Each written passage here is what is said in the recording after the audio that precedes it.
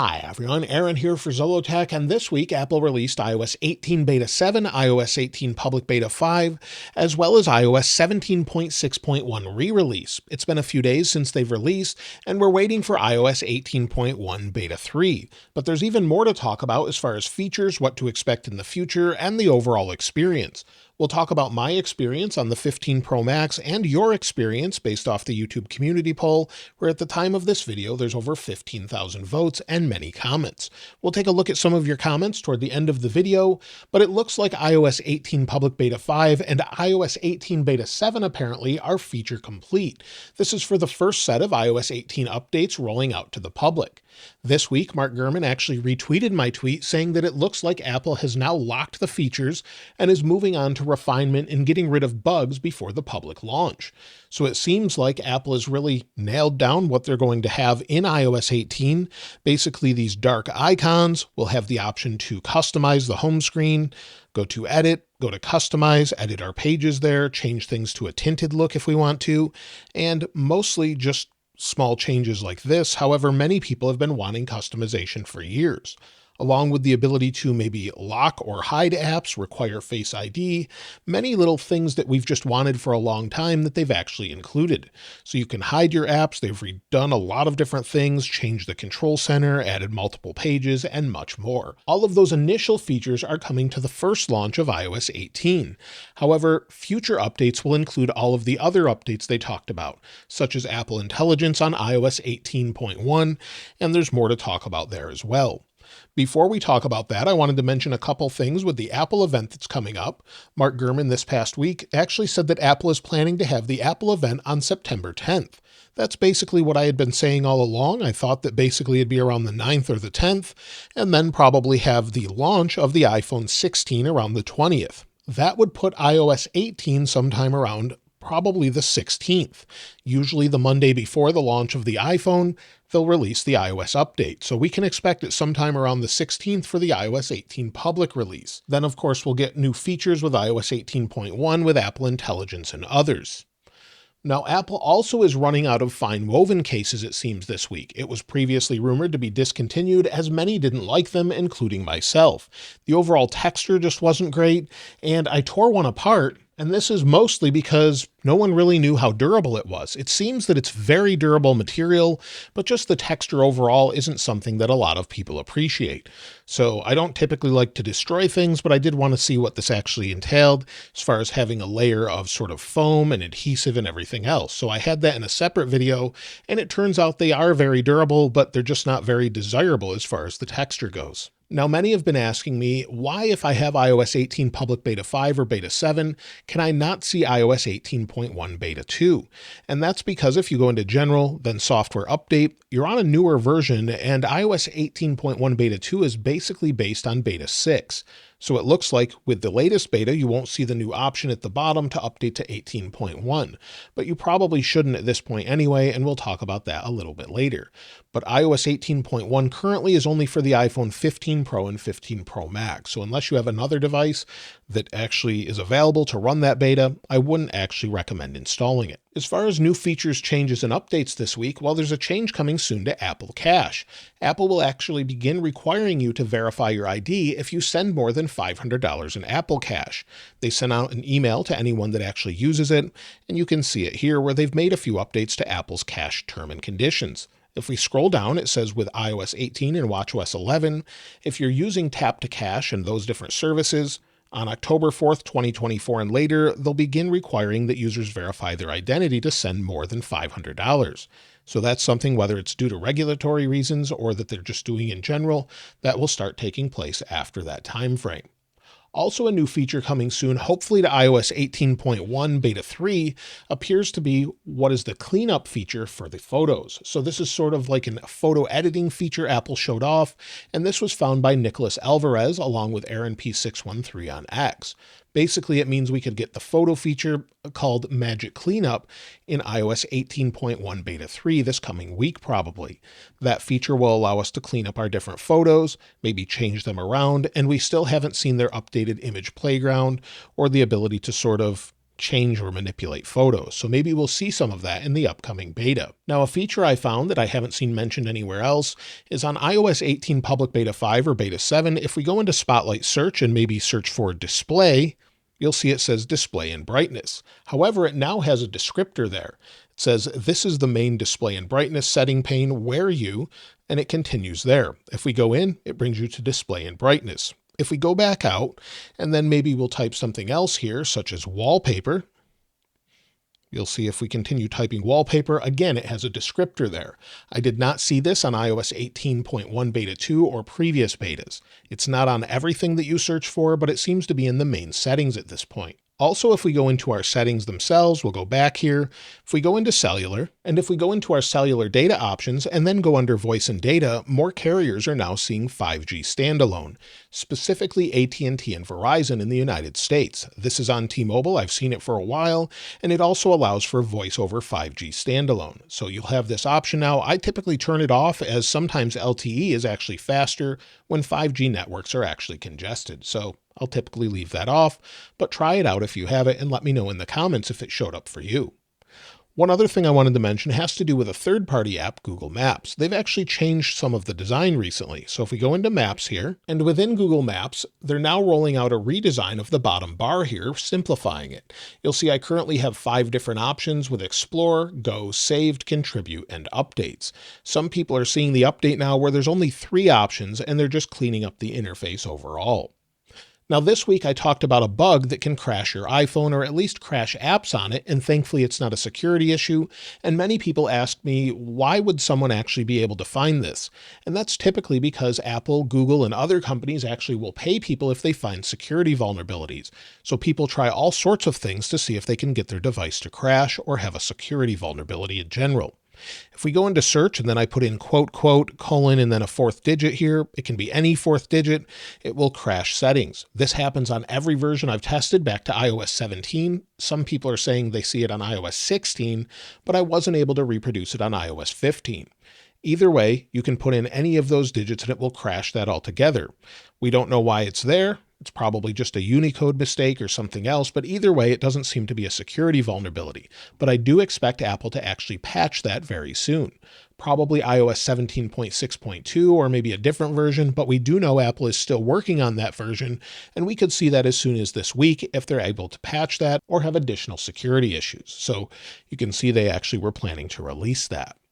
Now, as far as the future beta updates, while many people have been asking where's iOS 18.1 Beta 3, I would expect that as soon as next Monday or Tuesday, along with iOS 18 Beta 8 and Public Beta 6, or it could be iOS 18 RC. However, I do think we'll get an iOS 18 Beta 8, then an RC, and then a final public release, as I mentioned earlier, probably around the 16th.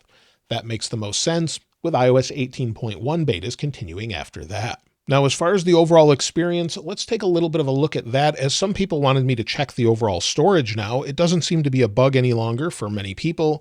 Apple has actually said they fixed it in the betas, and if we scroll down in storage, you'll see it's taking up 11.26 gigabytes for iOS, and system data is 8.1 gigabytes for me. Now, this can vary. It can go up and down depending on what iOS needs to use, and can vary from device to device. Basically, I would just leave it alone. Typically, you won't see it go much above 50 gigabytes, and then it will come back down on its own. I have a separate video on how to clear some of that up, but either way, it seems like it's not too much of an issue, and you'll see this one's a 1 terabyte iPhone, and it's doing just fine here. Let me enable that, clear up some storage, and in general, it seems like most people aren't having an issue. On 17.6.1 re-release, we can take a look as well, and if we take a look at the storage here, this one is using more storage, but you'll see it just dropped, and this one's using 10.61 gigabytes for system data. Not too much of an issue, but it will use a little bit more on iOS 18.1 as Apple Intelligence takes a little bit more storage. So this is 18.1 Beta 2, and if we go down to storage here, give it a moment to load, and if we scroll down, you'll see this one's taking up, well, iOS is taking up more storage because you have Apple Intelligence. So it's going to take a little bit more data for Apple Intelligence, but in general, it seems like it's clearing up a lot of storage for a lot of people, especially with the public releases. Now, as far as other bugs and improvements, well, so far, iOS 18 Beta 7 or Public Beta 5 seems to be the best one overall for me. It's very stable for me. I haven't had a single crash other than showing you that sort of bug you can recreate, but it seems to be very stable. I haven't had an app crash whatsoever. I can go into apps, have everything load as expected. If I go into the App Store here, I was looking at Google Maps for the update. Everything just functions as you would expect. Notifications are coming in and it's working much, much better. Changing things such as tint seems to be much smoother. So if you go in, customize, then go into tinted, go back and forth, change it to whatever you want, large, small, it seems much more refined this time around. So definitely it's a lot better. Now with iOS 18.1 beta 2, I was using that. I switched over because it was just so bad as far as battery life and stability. So I have a much better experience on iOS 18 public beta 5 than I did with iOS 18.1 betas. Those will get better, but with Apple Intelligence, it's just seemingly using a ton of battery. And this is still using power, but not as much as previous betas by any means.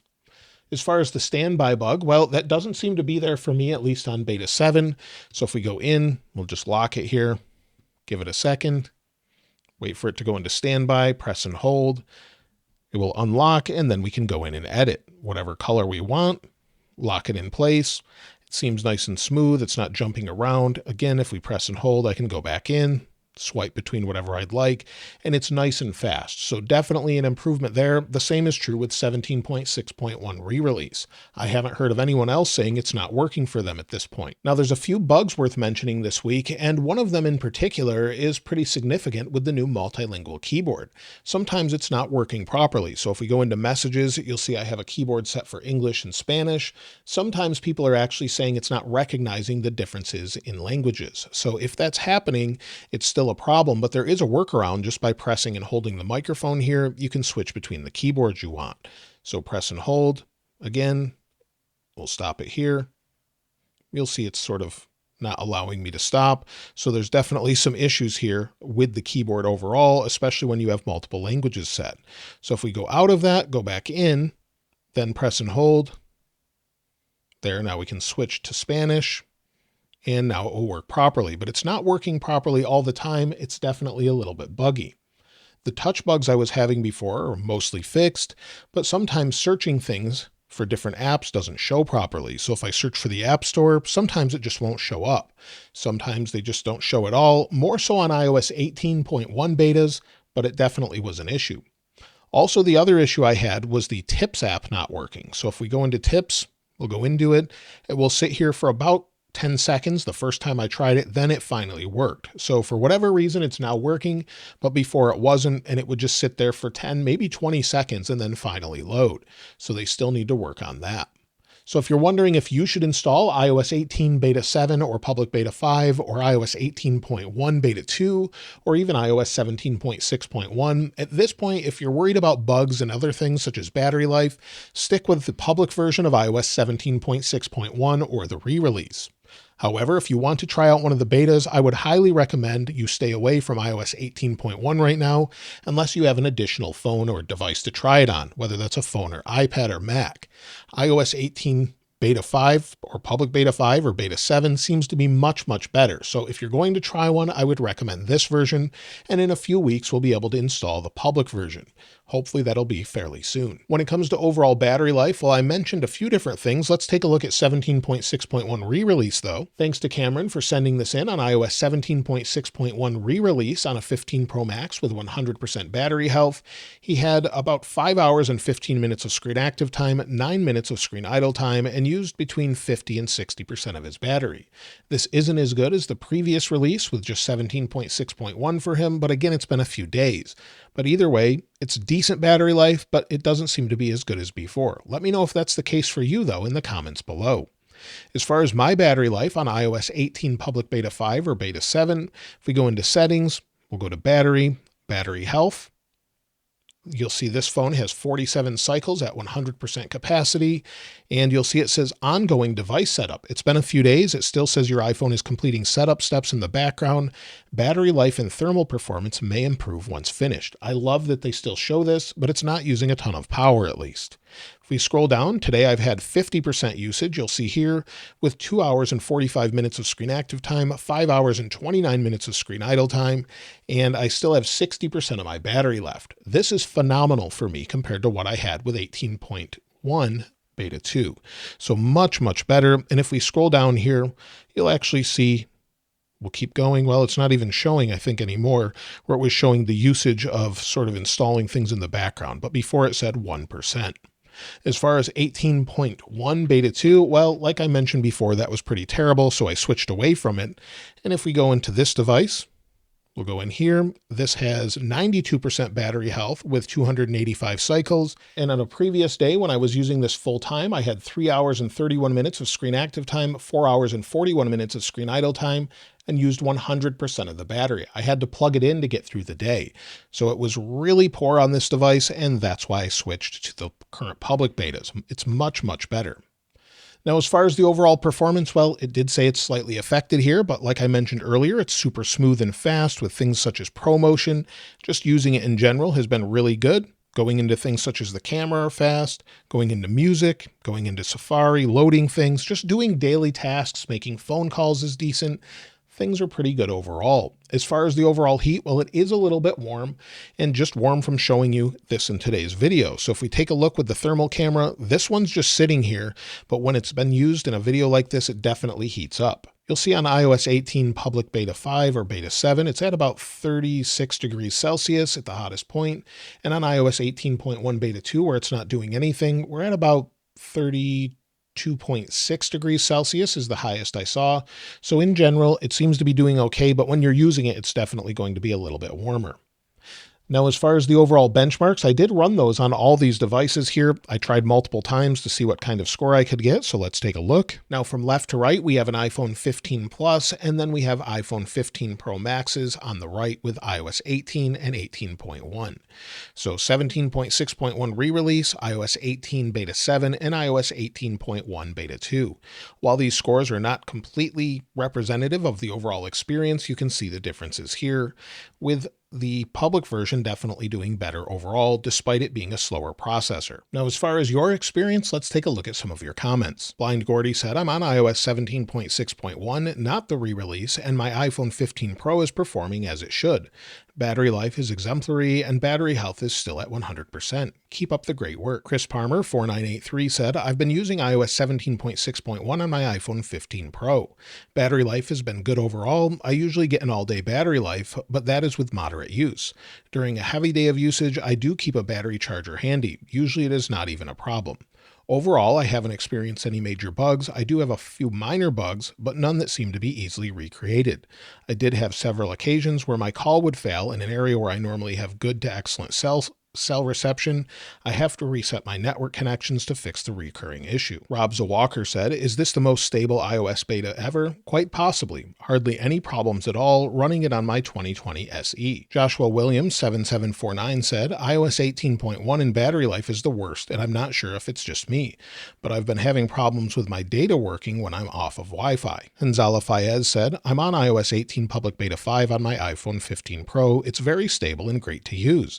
Very minor bugs or issues seen so far. I'm happy to see that Apple has fixed the Control Center bug with Beta 5, as it was really annoying. Battery life has improved greatly as well. It lasts from 95% in the morning till about 25% in the evening, just from general use. Battery performance for me has improved a lot with Beta 5 and doesn't drain as fast with compared to earlier public betas. Heat issues haven't been much of an issue anymore. My phone doesn't get as hot now compared to earlier public betas, where it'd get quite warm just from general use. Glad Apple has now finally fixed it. BoxChamp6858 said, battery life is insane on this 18 Beta 7 on my iPhone 12 with 78% battery health. From 100% battery charge to 18%, I got 7 full hours of real on-screen time. 4 of those hours was watching a YouTube video. Left it running at half the brightness. So that's everything this week with iOS 18 Public Beta 5 and Beta 7 and iOS 17.6.1 re-release. We're still waiting for iOS 18.1 Beta 3, and that's where I would expect most of the features. We'll see those features updated, probably things such as the wallpaper background and the display and brightness settings changed to the latest iOS 18 update, and much more. Hopefully we'll see all of those refinements this coming week, and if you've found any additional features I haven't mentioned in these betas, I'd love to hear from you in the comments below. I'll link this wallpaper in the description like I normally do, and if you haven't subscribed already, please subscribe, and if you enjoyed the video, please give it a like. As always, thanks for watching. This is Aaron. I'll see you next time.